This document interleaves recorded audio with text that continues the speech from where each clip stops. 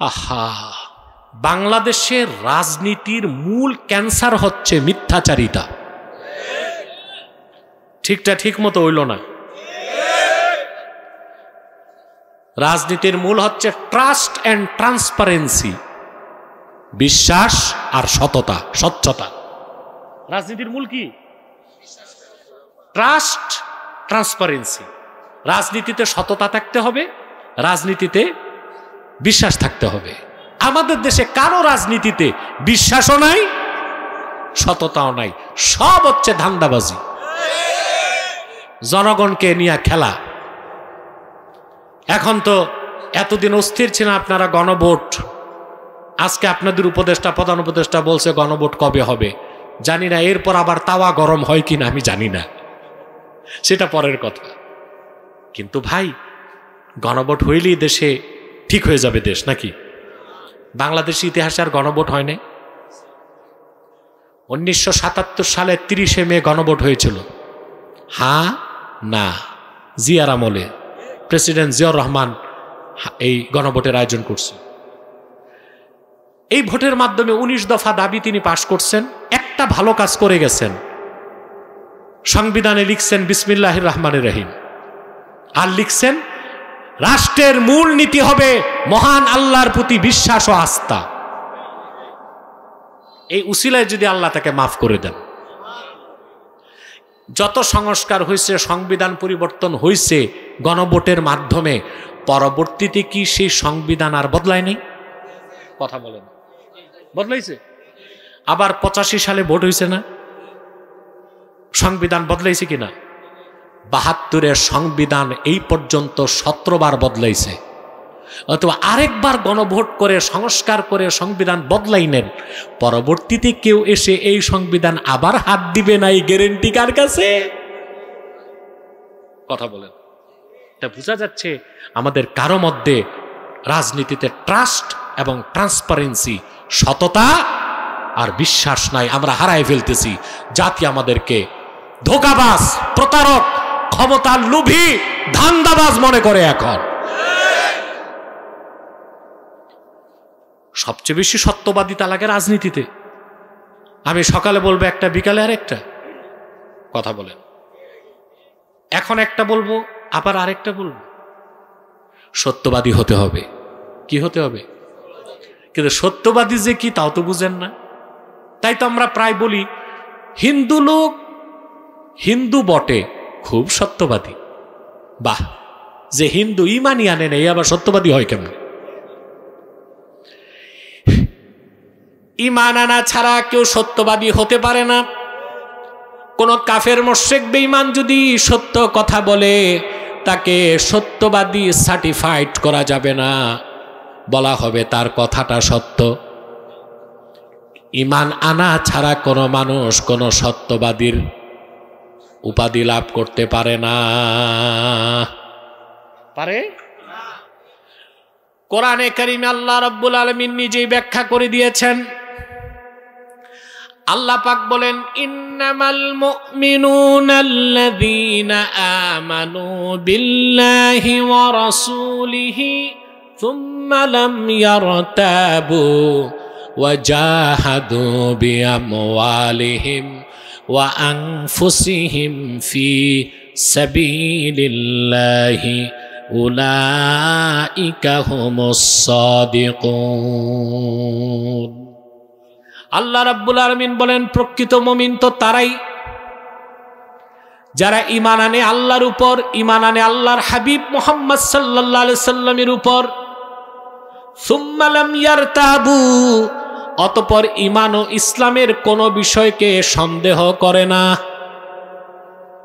এটা ইয়াকিন। এটা কি?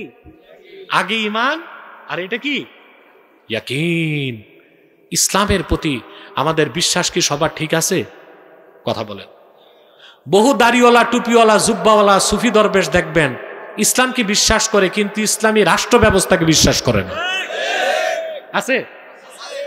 তার সন্দেহ আছে যে ১৫০০ বছর পরে এই পুরনো রাষ্ট্র ব্যবস্থা দিয়া আধুনিক রাষ্ট্র চলে কেমনে।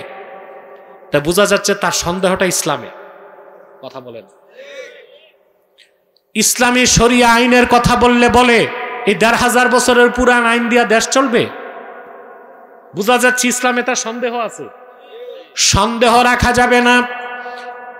যারা ঈমান আনলো, ইসলামের কোন বিষয়ে সন্দেহ পোষণ করলো না, ওয়াজাহাদু বিআমওয়ালিহিম ওয়া আনফুসিহিম ফি সাবিলিল্লাহ, অতঃপর জান ও মাল দিয়ে আল্লাহর পথে লড়াই করলো, আল্লাহ বলেন উলাইকা হুমুস সাদিকুন, তারাই সত্যবাদী। তা সত্যবাদী হতে প্রথম লাগবে ঈমান, তারপরে ইয়াকিন, তারপরে জিহাদ ফি সাবিলিল্লাহ। এগুলো যার মধ্যে থাকবে সে সত্যবাদী। সুবহানাল্লাহ বলেন। আর আল্লাহর নির্দেশ ওয়া কুনু মাস সাদিকিন, সত্যবাদীদের সঙ্গী হও। তার মানে আপনি যাকে পীর বানাবেন দেখতে হবে সে সত্যবাদী কিনা, তার ঈমান ঠিক কিনা, তার ইয়াকিন ঠিক কিনা, দ্বীনের পথে তার লড়াই আছে কিনা। আপনি যাকে মসজিদের ইমাম বানাবেন দেখতে হবে তার ঈমান ঠিক কিনা, আকীদা ঠিক কিনা, সুরত ঠিক কিনা, সিরাত ঠিক কিনা, দ্বীনের দরদ তার আছে কিনা। আপনি যাকে রাজনৈতিক নেতা বানাবেন দেখতে হবে সে ঈমানদার কিনা, তার ঈমান ঠিক কিনা, আকীদা ঠিক কিনা, ইসলামকে বিশ্বাস করে কিনা, দ্বীনের পক্ষে তার মেহনত আছে কিনা। তাহলে সে সত্যবাদী নেতার পিছনে ঘুরলেও সওয়াব হবে, সফল হবে। কিন্তু আপনারা অধিক সংখ্যক ভোটার সত্যবাদী নেতা পান নাই, ঠিক কিনা? অধিক সংখ্যক ভোটার সত্যবাদী নেতা পান নাই। অধিকাংশ নেতাই মনে করেন ঈমান ঠিক নাই, আকীদা ঠিক নাই, নামাজ নাই, সুদ খায়, ঘুষ খায়, দুর্নীতিবাজ, চোর, লম্পট, চাঁদাবাজ, যেমনে পারে দেশেরটা খাইতেছে চুরি চামারি করে। দুর্নীতি আগে ছিল, এখন নাই। এই 14 মাসে দুর্নীতি হয় না। আগে ঘুষের টাকা যেত বস্তায়, তারপরে যেত চেক বইতে, এখন ঘুষের টাকা যায় ক্রিপ্টোকারেন্সিতে। কিসে? কোনো প্রমাণ নাই, এটা হচ্ছে অদৃশ্য, একেবারে ডিজিটাল ভাবে আপনার ডিভাইসে চলে যাবে টাকা। প্রিয় ভাইরা, সাদিকিন হইতে হবে, সাবিরিন, তারপরে কি সাদিকিন। সুবহানাল্লাহ কইবেন না? সত্যের উপর থাকবেন, সত্যের পক্ষে থাকবেন, সত্যকে লালন করবেন, সত্যের চর্চা করবেন, সত্যের জন্য জীবন দিবেন, মিথ্যার সাথে কোনো আপোষ চলবে না।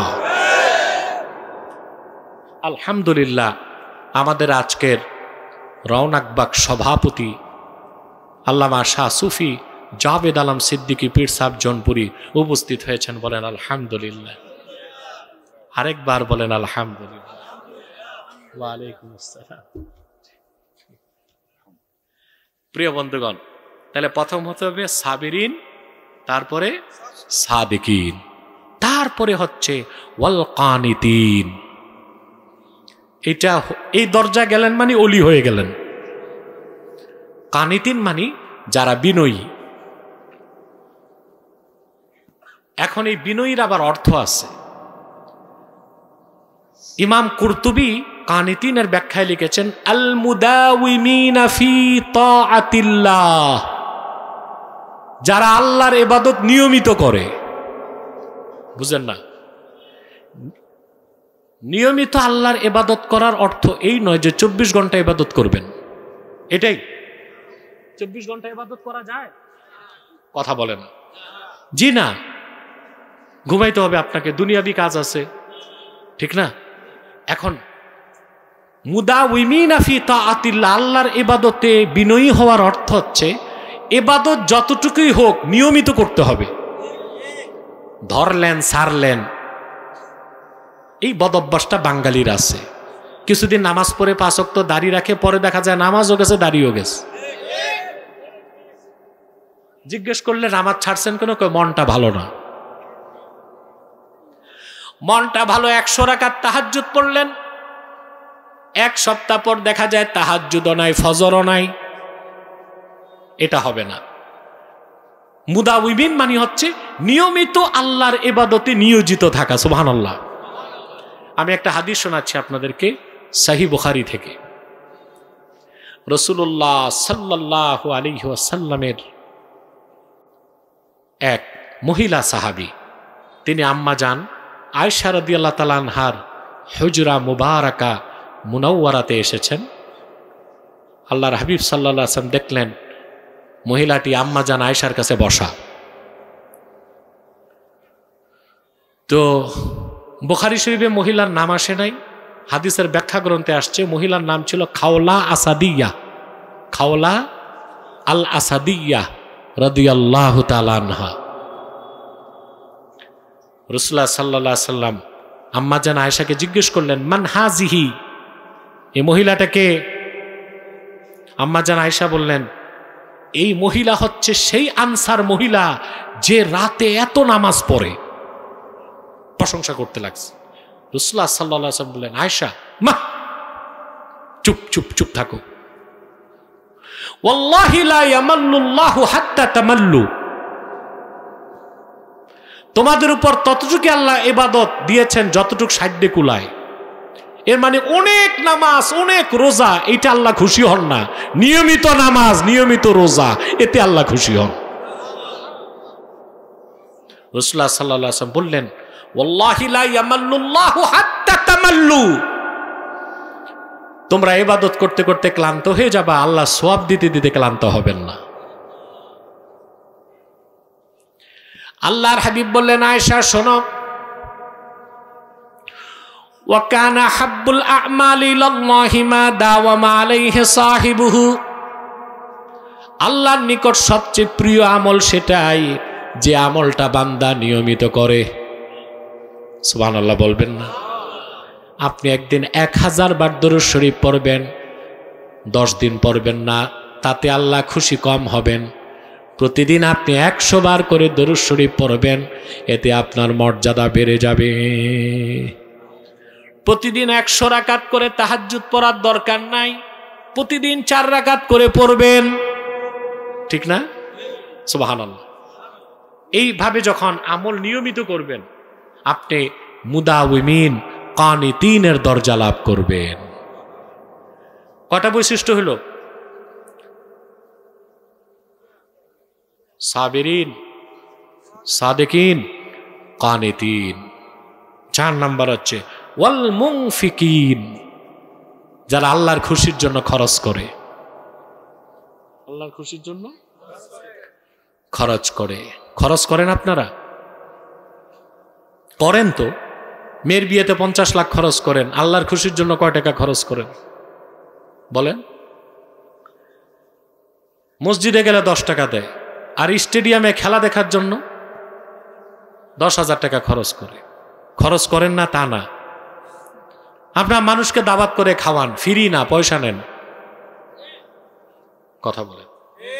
খরচ করেন ভালোভাবে না, মন মতো না। প্রত্যেকটা খরচ যখন মুমিনের হবে আল্লাহ সন্তুষ্টির জন্য, আল্লাহ তাকে মুনফিকিনের দরজা দান করবেন। শুধু মসজিদ মাদ্রাসায় দিলেই আল্লাহর পথে খরচ হয় তা নয়। অভাবগ্রস্ত মানুষের অভাব পূরণ করা, বস্ত্রহীনকে বস্ত্র দেওয়া, ক্ষুধার্তকে অন্ন দেওয়া, যার ঘর নাই তারে ঘর দেওয়া, যে কুমারী মেয়েটার বিয়ে হয় না তার বিয়ের ব্যবস্থা করে দেওয়া, যে ছেলেটা পড়ালেখা করতে পারে না তারে বই কিনে দেওয়া, অসুস্থ মানুষকে চিকিৎসা সেবা দেওয়া, ইয়েতিম মিসকিন অনাথ মানুষকে আল্লাহর সাহায্যের সন্তুষ্টির জন্য সাহায্য করা। এমনকি আপনি আল্লাহর খুশির জন্য যদি সংসারে বিবি বাচ্চার পিছনেও খরচ করেন, সারা জীবনের সংসারের খরচটা জিহাদ ফিস সাবিলিল্লাহ বলে গণ্য হয়ে যাবে। আপনাদের মধ্যে অনেকে আছে বাচ্চা কাচ্চা স্ত্রী পরিজন পালতে পালতে বিরক্ত হয়ে গেছেন, ঠিক না? হাড় ভাঙ্গা পরিশ্রম, এত কষ্ট করি এদের জন্যে, নিরাশ হয়ে যান। কিন্তু মনে যদি এই নিয়তটা থাকে যে আমার স্ত্রী আমার কাছে আমানত, সন্তানগুলো আমার কাছে আমানত, আমি আল্লাহর খুশির জন্য তাদেরকে পালবো। সংসারে যত টাকা খরচ করবেন ইনফাক ফি সাবিলিল্লাহ, আল্লাহর পথে খরচের সওয়াব হয়ে যাবে। বলেন সুবহান। এক সাহাবীকে আল্লাহর হাবিব সাল্লাল্লাহু আলাইহি ওয়াসাল্লাম বললেন, সাহাবী তুমি আল্লাহর খুশির জন্য তোমার স্ত্রীর মুখে যদি খাদ্যের লোকমাটাও তুলে দাও, তাবতাগি বিহা ওয়াজহাল্লাহ, এতেও যদি তুমি আল্লাহর সন্তুষ্টি কামনা করো, স্ত্রীর মুখে খাদ্যের লোকমা তুলে দেবার বিনিময়েও আল্লাহ তোমাকে সাদাকার সওয়াব দিয়ে দিবে। অভাবগ্রস্ত মানুষের পিছনে খরচ করবেন, মসজিদে দিবেন, মাদ্রাসায় দিবেন, বেশি খেয়াল করবেন ইয়াতীম আর মিসকিনদেরকে। করেন আপনারা? কথা বলেন। আমাদের মনগুলো শক্ত, মন যে কত শক্ত তা বোঝা যায় কালেকশনের বক্তা বসলে। যতটুক ঘাম জড়ে ততটুক টাকাও আসে না, এত শক্ত আমাদের মন। মন নরম করতে চান? কথা বলেন। একটা আমল বলবো, হাদিসের কথা। এক সাহাবী আল্লাহর হাবিবের কাছে যে বললেন, ইয়া রাসূলুল্লাহ, ইয়া হাবিবাল্লাহ, আমার মনটা খুব শক্ত। আল্লাহর হাবিব সাল্লাল্লাহু আলাইহি সাল্লাম তাকে আমল দিলেন একটা, ইমসাহ রাসাল ইয়াতিম ওয়া আতইমিল মিসকিন, তুমি এতিমের মাথায় আদর করে হাত বুলায় দাও আর মিসকিনদেরকে খাওয়াও। তার মানে আমল যে করবে আল্লাহ তার মনটা নরম করে দিবে। মন নরম কেন দরকার? কাফেরের মন শক্ত থাকে, পাথরের মতো। মুমিনের মন নরম থাকে রেশমের মতো। মাটি যদি খুব শক্ত হয় ফসল ফলায়? মাটি নরম হইলে যার মন যত নরম তাকওয়া তত বেশি তার অন্তরে জমা হয়। সুবহানাল্লাহ। আমরা খরচ করব, বিশেষ করে মানুষকে মেহমানদারি করব। ক্ষুধার্ত মানুষকে খাওয়ালে আল্লাহ খুব খুশি হন। আমরা মানুষকে খাওয়াই, ব্যবসা করি, বিয়েতে দেখা যায় দাওয়াত দেয় মানুষকে, গরিবের দাওয়াত নেই, সব ধনী মানুষের দাওয়াত। যে ক্ষুধার্ত তারে দাওয়াত দেয় না, আপন ভাই রিক্সা চালায় তার দাওয়াত নাই, চেয়ারম্যান মেম্বার শিল্পপতি গৃহস্থ এসে বসে থাকে, তেলের মাথায় তেল দাও, ঠিক? টেবুল তো একটা থাকেই, খেয়ে যান, দিয়ে যান। 16 বছর আপনারা দেখছেন ডিবির হারুনের ভাতের হোটেল। আমি দেখি সারা বাংলাদেশে প্রত্যেকটা বিয়ে বাড়ি এক একটা ভাতের হোটেল। এখানেও রমরমা ব্যবসা হয়, ঠিক না? গরিবের দাওয়াত নাই। ভাই, সমাজে আপনার প্রতিবেশী এমন অভাবী লোকও আছে যে ভিক্ষা করতে পারে না, কিন্তু তার ঘরে খানা নাই। ফকিহদের ভাষায়, যার ঘরে 3 বেলার খানা নাই সে মিসকিন। শুধু ছিদ্র থালা বাটি নিয়ে ঘোরাঘুরি করলেই মিসকিন না, যে মুসলমানের ঘরে 3 বেলার খোরাক নাই সে লোকটাও মিসকিন। এমন সমাজে অসংখ্য অভাবী মিসকিন আছে, মানুষের কাছে হাত পাততে পারে না, মৃত্যু আসলেও সে ভিক্ষার হাত বাড়াবে না। আপনারা যদি খোঁজ খবর নিয়ে ওই অভাবী মানুষদের অভাব পূরণ করে দেন, আল্লাহ রাব্বুল আলামিন আপনাকে মুনফিকিনের কাতারে জায়গা করে দিবে। করবেন? ক্ষুধার্ত মানুষকে খাওয়াইলে আল্লাহ সবচেয়ে খুশি হন, আর ইয়েতিমকে আদর করলে। আমি একটা হাদিস শুনে আপনাদেরকে, সুনান তিরমিজির হাদিস। মদিনাতুল মুনাওয়ারায় এক সাহাবী 3 দিন রোজা রাখছেন, কিছু খেতে পান নাই। সাহরি করছেন পানি দিয়া, ইফতারও করছেন পানি দিয়া, কিন্তু রোজা ছাড়েন নাই। আর আমরা রোজার দিন কি খাওয়াটা খাই? কথা বলেন। রোজার দিন কিন্তু বেশি খায় বাংলাদেশের মানুষ। ইফতারে থাকে 16 আইটেম, তারপরে মাগরিব থেকে তারাবি পর্যন্ত চা, বিড়ি, সিগারেট চলতেই থাকে। এশার পর খাও, আবার সেহরি পর্যন্ত চাবাইতেই থাকো, আবার সেহরি খাও। তো রোজা আল্লাহ দিছেন এইভাবে খাওয়ার জন্য না কম খেতে?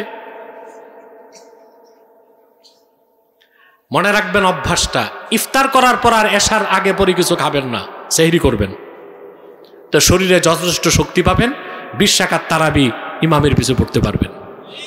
আর বেশি খেলেন মানে আপনি ধরা, আপনি ইবাদত বন্দেগী করার শক্তি হারিয়ে ফেলবেন। ঠিক না ভাই? সাহাবী 3 দিন রোজা রাখছেন, কিছু খেতে পান নাই। চতুর্থ দিন আল্লাহর হাবিব সাল্লাল্লাহু আলাইহি সাল্লামের আরেক সাহাবীর কাছে এসে বললেন, ভাই আজকে 3 দিন আমি রোজা রাখতেছি, মা যুক্তু জাওয়াকান ইল্লাল মা, জিহ্বায় পানি ছাড়া কিছু দিতে পারি নাই। যদি আপনি সম্মত থাকেন, রাতের বেলা আপনার বাড়িতে আমি এশার নামাজের পর মেহমান হতে চাই। সাহাবী বললেন, ঠিক আছে আসুন। সাহাবী দৌড়িয়ে বাড়িতে আসলেন, আপন স্ত্রীকে ডেকে বললেন, আল্লাহর হাবিবের একজন ক্ষুধার্ত সাহাবী আজকে আমাদের মেহমান হবে, ঘরে কি খাবার দাবার আছে? স্ত্রী বললেন, আমরা মানুষ আছি 3 জন, খাবার আছে 1 জনের। সাহাবী স্ত্রীকে বললেন, আজকে আমরা কেউ খাবো না, সবটুকুন খাবার ওই ক্ষুধার্ত সাহাবীরে খাওয়াই দিব। স্ত্রী বললেন, আমরা না হয় না খেয়ে থাকলাম, ছোট বাচ্চাটা, শিশু বাচ্চা না খেয়ে কেমনে থাকবে? সাহাবী বললেন, শোনো, নওয়িমিস সাবিয়া ক্বাবলা সালাতিল ইশা ফালাম্মা কাররাবতাত তাআমা ফাতফাইস সিরাজ। এশার নামাজের আগেই তুমি আমার বাচ্চাটারে ঘুম পাড়ায় দাও, ও ঘুমের জগতে থাকবে, খাবার লাগবে না। আর তুমি যখন মেহমান আসবে খাবার নিয়ে রাখবা, কৌশলে বাতিটা নিভাই দিও, কারণ মেহমান যদি আমাদের দুজনকে বসায় তার খাবারের টান পড়ে যাবে। অন্ধকার ঘরে আমরা দূরে বসে খালি বর্তনে হাত উঠাবো নামাবো, মেহমান তৃপ্তি পাবে, আমরাও মনে হয় খাচ্ছি। সুবহানাল্লাহ বলবেন না? এশার নামাজের পর সাহাবী চলে আসলেন। সুবহানাল্লাহ। শিশু বাচ্চাটা ঘুমায় গেল, ঘরের সবটুকুন খাবার তার সামনে রেখে দেওয়া হলো, ঘরের বাতি নিভায় দেওয়া হলো।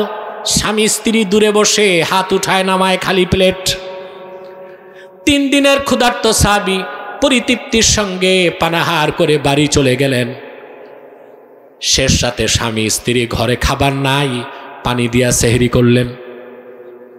ফজরের আজান হয়ে গেল, সাহাবী দৌড়িয়া মসজিদ নববীতে গেলেন, আল্লাহর হাবিবের পিছনে ফজরের নামাজ পড়লেন। ফজর নামাজ শেষে আমার নূর নবীজি সাল্লাল্লাহু আলাইহি ওয়াসাল্লাম সাহাবীর দিকে ঘুরে বসলেন আর বললেন, আমার প্রিয় সাহাবী, গত রাতে তুমিও তোমার স্ত্রী এমন কি নেক আমল করেছ, স্বয়ং আল্লাহ রাব্বুল আলামিন রাজি হয়ে গেছে। সাহাবী বললেন, ইয়া রাসূলুল্লাহ, ইয়া হাবিবাল্লাহ, আমার বাবা মা আপনার কদমে কুরবান হয়ে যাক, তেমন কিছুই তো করতে পারি নাই। আপনার একজন সাহাবী 3 দিন না খেয়েছিল, আমরা ঘরের সবাই ক্ষুধার্ত থেকে সবটুকুন খাবার আপনার সাহাবীকে খাওয়াই দিছি, এর বেশি কিছু করতে পারি নাই। আল্লাহর হাবিব বললেন, তোমাদের এতটুকু স্যাক্রিফাইস কোরবানির কারণে আল্লাহ কত খুশি জানো? তোমাদের ফজিলতের উপর আল্লাহ আয়াত নাজিল করে দিয়েছেন, ওয়া ইউসিরুনা আলা আনফুসিহিম ওয়ালাউ কানা বিহিম খাসাসা। হাবিব মুহাম্মদ সাল্লাল্লাহু আলাইহি ওয়াসাল্লাম, আপনার মহান সাহাবীগণের মধ্যে এমন উন্নত চরিত্রের মানুষও আছে যারা ক্ষুধার যন্ত্রণা বরদাস্ত করে অন্য সাহাবীদের প্রাধান্য দিয়ে দেয়। খরচ করবেন, মানুষেরটা খাবার চেষ্টা করবেন না, দেওয়ার চেষ্টা করবেন। নেওয়ার চেষ্টা করবেন না, দেওয়ার চেষ্টা করবেন।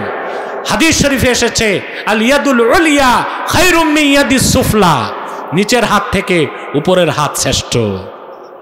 আমাদের বদ অভ্যাস, আমরা শুধু হাত পাতার তালে থাকি, মানুষেরটা মেরে খাওয়ার তালে থাকি। খাওয়ানোর চেষ্টা কম, খাওয়ার চেষ্টা বেশি। মসজিদে দিবেন, মাদ্রাসায় দিবেন, ওয়াজ মাহফিলে দিবেন, ইয়েতিমকে দিবেন, মিসকিনকে দিবেন।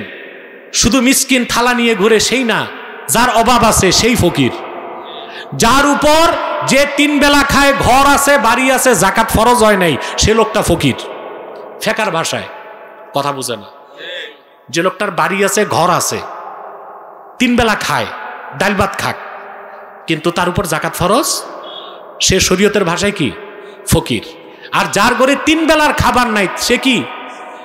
মিসকিনকে মিসকিন কেন বলা হয়? আল্লাযী ইয়াহতাজু ইলা গায়রিহিস সুকুন, যে তার সুকুন, তার খাবার দাবার, স্বস্তি, নিঃশ্বাস ত্যাগ, বেঁচে থাকার জন্য অন্যের উপর নির্ভরশীল। তা আমাদের সমাজে এমন অনেক ভালো মানুষ আছে না, ফকিরও না মিসকিনও না, কিন্তু 3 বেলা ঠিক খাইতে পায় না, কথা বলে না। আমাদের কি উচিত তাদের দিকে লক্ষ্য রাখা? তাইলে আপনি হবেন মুনফিকিনের অন্তর্ভুক্ত। 5 নাম্বার বৈশিষ্ট্যটা বলে দিব। সময় কত দেখলাম, ইয়া আল্লাহ, 11:15 বেজে গেছে, আমি টের পাই নাই, অনেক রাত হয়ে গেছে। আমার যে হাতে ঘড়ি নাই, তোমরা একটু বললাও না যে হুজুর রাত অনেক হয়েছে।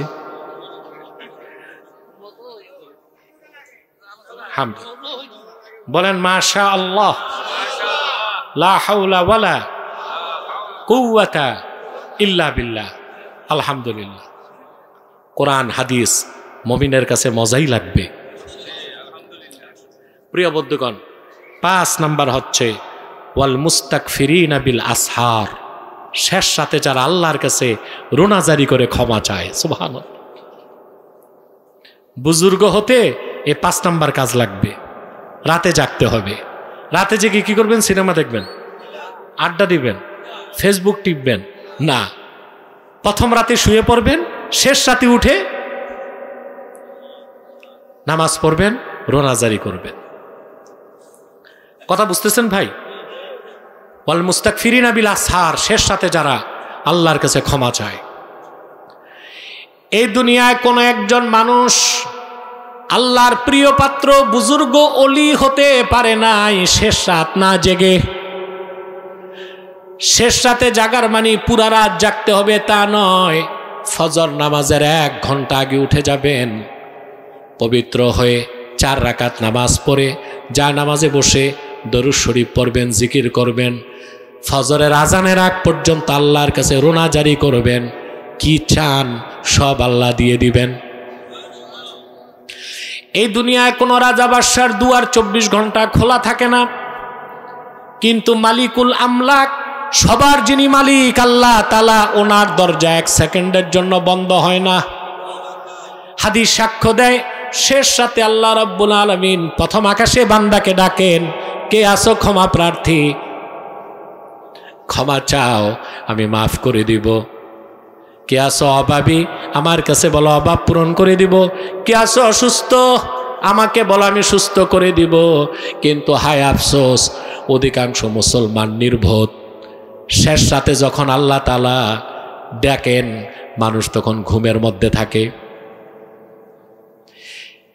শেষ রাতে অন্তত 4 রাকাত তাহাজ্জুদ নামাজ পড়বেন, আল্লাহর কাছে রোনাজারি করবেন। আল্লাহর কসম, মৃত্যুর আগে আল্লাহর ওলি হিসেবে স্বীকৃতি পাবেন। এই আমলটা করবেন সবাই। কে কে হাত তুলে দেখা? হাত নামান। আল্লাহ কবুল করুক, আল্লাহ মঞ্জুর করুক। কিন্তু আপনি শুধু তাহাজ্জুদ পড়বেন আর নামাজ বাদ দিয়া ফরজ ঠিক রেখে তাহাজ্জুদ পড়বেন। এই ব্যাপারে একটা হাদিস বলেই আমি আমার বিষয়টা সমাপ্ত করছি। হাদিসটি তিরমিজি শরীফে এসেছে। আল্লাহর হাবিব সাল্লাল্লাহু আলাইহি ওয়াসাল্লাম একদিন বললেন, ইন্না ফিল জান্নাতি গুরাফা তুরা যুহুরুহা মিন বুতুনিহা ওয়া বুতুনুহা মিন যুহুরিহা। আল্লাহর জান্নাতের মধ্যে কতগুলো কামরা আছে, কামরাগুলোর ভিতর থেকে বাহির দেখা যায়, বাহির থেকে ভিতর দেখা যায়। ফাকামা আরাবিয়্যুন ফাকালা লিমান হিয়া ইয়া রাসূলুল্লাহ সাল্লাল্লাহু আলাইহি ওয়াসাল্লাম। এক বেদুইন সাহাবী দাঁড়িয়ে গেলেন আর বললেন, ইয়া রাসূলুল্লাহ, ইয়া হাবিবাল্লাহ, জান্নাতের কথা শুনেছি, জান্নাতের ভিতরে এত দামি কামরার কথা তো জানতাম না। এই কামরাগুলো আল্লাহ কাকে দিবেন? আপনারাও জানতে চান কাকে দিবেন? আল্লাহর হাবিব সাল্লাল্লাহু আলাইহি ওয়াসাল্লাম বললেন, লিমান আতাবাল কালাম ওয়া আত'আমাত তাআম ওয়া আদামাস সিয়াম ওয়া সাল্লা ফিল লাইলি ওয়ান নাসু নিয়াম। আমার যে উম্মত তার মুখের কথাকে পবিত্র করলো, বেশি বেশি রোজা রাখলো, গরিব মিসকিনকে পানাহার করালো, আর নামাজ পড়লো তখন মানুষেরা ঘুমায় থাকলো যখন, তার মানে তাহাজ্জুদ নামাজ পড়লো, এই 4টা কাজ আমার উম্মত করবে, আল্লাহ তাকে জান্নাতে সেই সুউচ্চ মাকাম দান করবে। এটা হচ্ছে ওয়াল মুস্তাগফিরিনা বিল আসহার, শেষ রাতে আল্লাহর কাছে রোনাজারি করা। করবো তো ইনশাল্লাহ। সাদাকাল্লাহুল আযীম ওয়া সাদাকা রাসূলুহুন নবিয়ুল কারীম ওয়া নাহনু আলা যালিকা মিনাশ শাহিদিন ওয়াশ শাকিরিন ওয়ালহামদুলিল্লাহি রাব্বিল আলামিন। তোমার তাবারুক রেডি শাহিন? সব রেডি? পোটলা ভিতরে চাউল না সিফটিনও আছে? আছে। সিফটিন বলছি মানে গোশত আছে কিনা। অনেক জায়গায় বিরিয়ানি দেয়, গোশত খুঁজে পাওয়া যায় না। আব্দুল জলিল তুমিও বসো। বিরিয়ানি যদি গোশত ছাড়া হয় খাওয়া যায়? বলেন ভাই, বিরিয়ানিতে যদি গোশত না থাকে খাওয়া যায়? এখানে তো প্রতি বছর একটা গরু উঠে, এবার উঠছে নাকি? আলহামদুলিল্লাহ বলেন। আমি বিদায় লগ্নে কয়েকটা কথা বলে যাই। আপনারা এখানে বিভিন্ন দলের লোক আছেন, আছেন না? কথা বলেন। আমরা বাংলাদেশে ঐক্য চাই, কি চাই? চাই না? আপনার ঐক্যটা কি ফর্মুলায় হবে এটা আমরা বুঝি না। এটা আমরা বুঝি। দেখেন, খুব লক্ষ্য করে দেখেন, আমি যদি এখানে আমি আপনাদের এটা কয় নাম্বার আসন? 6। বলেন নাউজুবিল্লাহ, নাউজুবিল্লাহ, নাউজুবিল্লাহ। এই আসনে আমি মনে করেন দাঁড়াইলাম, যে লোকগুলো আছেন এর 10 ভাগের 1 ভাগও কি আমাকে ভোট দিবেন? সত্যটা বলেন। না, দিবেন না, এটা আমি জানি। কথা তো শুনবেন ভাই। 10 ভাগের 1 ভাগ লোক ভোট দিবেন না, এটি আমাদের দেশে অনেক বক্তা পীর বুঝে না, মনে করে যা আছে মাঠে সব আমার। এখানে আপনারা বিভিন্ন দলের লোক আছেন, সব এক হয়েছেন কেন? দ্বীনের স্বার্থ আছে। ঐক্যের ফর্মুলা হচ্ছে দ্বীনের স্বার্থে এক হইতে হবে। 3টা স্বার্থে আমরা এক হয়ে যাব। কয়টা? ইসলামের সুমহান স্বার্থ রক্ষায় আমরা ঐক্যবদ্ধ হয়ে যাব। মুসলমানদের মৌলিক দাবিগুলো আদায় আমরা এক হয়ে যাব। আমাদের মৌলিক দাবিগুলো আদায় হয়। দেশ স্বাধীনের আগ থেকে এদেশের মুসলমান দাবি করতেছে কাদিয়ানীদেরকে অমুসলিম ঘোষণা করা হোক। কোন সরকার শুনছে? কারণ আপনারা এক হইতে পারেন নাই। যুগের পর যুগ এদেশের আলেমরা দাবি করতেছে মুরতাদের শাস্তি, মৃত্যুদণ্ড চাই। কি চাই? কেউ এই আইন মানছে? কারণ আমরা এক হইতে পারি নাই। পারছি? পারি নাই। আমাদের ট্যাক্সের টাকায় সরকারের মন্ত্রী এমপিদের পেট্রোল চলে। আমাদের ভ্যাটের টাকায় আমলা কামলা মন্ত্রী মিনিস্টার এমনকি ডক্টর ইউনূসের বেতনটা আমরা দেই। কিন্তু আমরাই দিনের স্বার্থে মাঠে নামবো, আমাদের টাকায় কিনা ট্যাক্স ও ভ্যাটের টাকার গুলি আমাদের বুকে নিক্ষেপ করা হয়। এটাই সবচেয়ে দুঃখ, এই জাতির জন্য সবচেয়ে কলঙ্কিত একটি বিষয়। আমরা এক হলে কেউ আমাদের দাবায় রাখতে পারবে না, ঠিক কিনা? 3 নাম্বার, আমাদের এক হইতে হবে দেশের স্বাধীনতার প্রশ্নে। কি হইতে হবে? এক হইতে হবে। তাহলে ইসলামের সুমহান স্বার্থ রক্ষায়, মুসলমানদের মৌলিক দাবি আদায়ে, মুসলমানদের মৌলিক যত দাবি আছে সবগুলো আদায়ে, বিশেষ করে কুখ্যাত কাফেরদের অমুসলিম ঘোষণার দাবিতে এবং বাংলাদেশের স্বাধীনতা রক্ষায় আমরা এক হয়ে যাব। আল্লাহ আমাদের কবুল করুন, আল্লাহ আমাদের মঞ্জুর করুন। বলুন আল্লাহুম্মা আমিন। বহুত রাত হয়ে গেছে, এখন ইনশাআল্লাহ আমাদের সম্মানিত সভাপতি সাহেব এসেছেন, তিনি নাসিহা করবেন, দোয়া করবেন।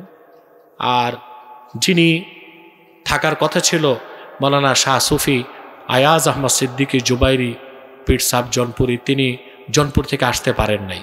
তা আলহামদুলিল্লাহ আপনাদের কিসমত ভালো, ওনারই বড় ভাই মুরব্বী তিনি আজকে সভাপতির দায়িত্ব পালন করছেন। আপনাদের দুঃখ আছে? আল্লাহ আমাদের কবুল করুক, মঞ্জুর করুক। দেখি মাইকটা দাও।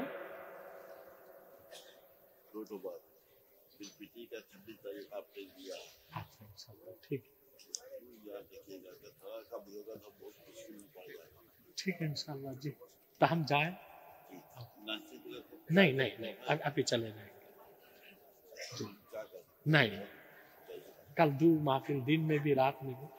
वाखिर दावाना আনিল হামদুলিল্লাহি রাব্বিল আলামিন। ওয়াসসালামু আলাইকুম ওয়া রাহমাতুল্লাহি তাআলা ওয়া বারাকাতুহু।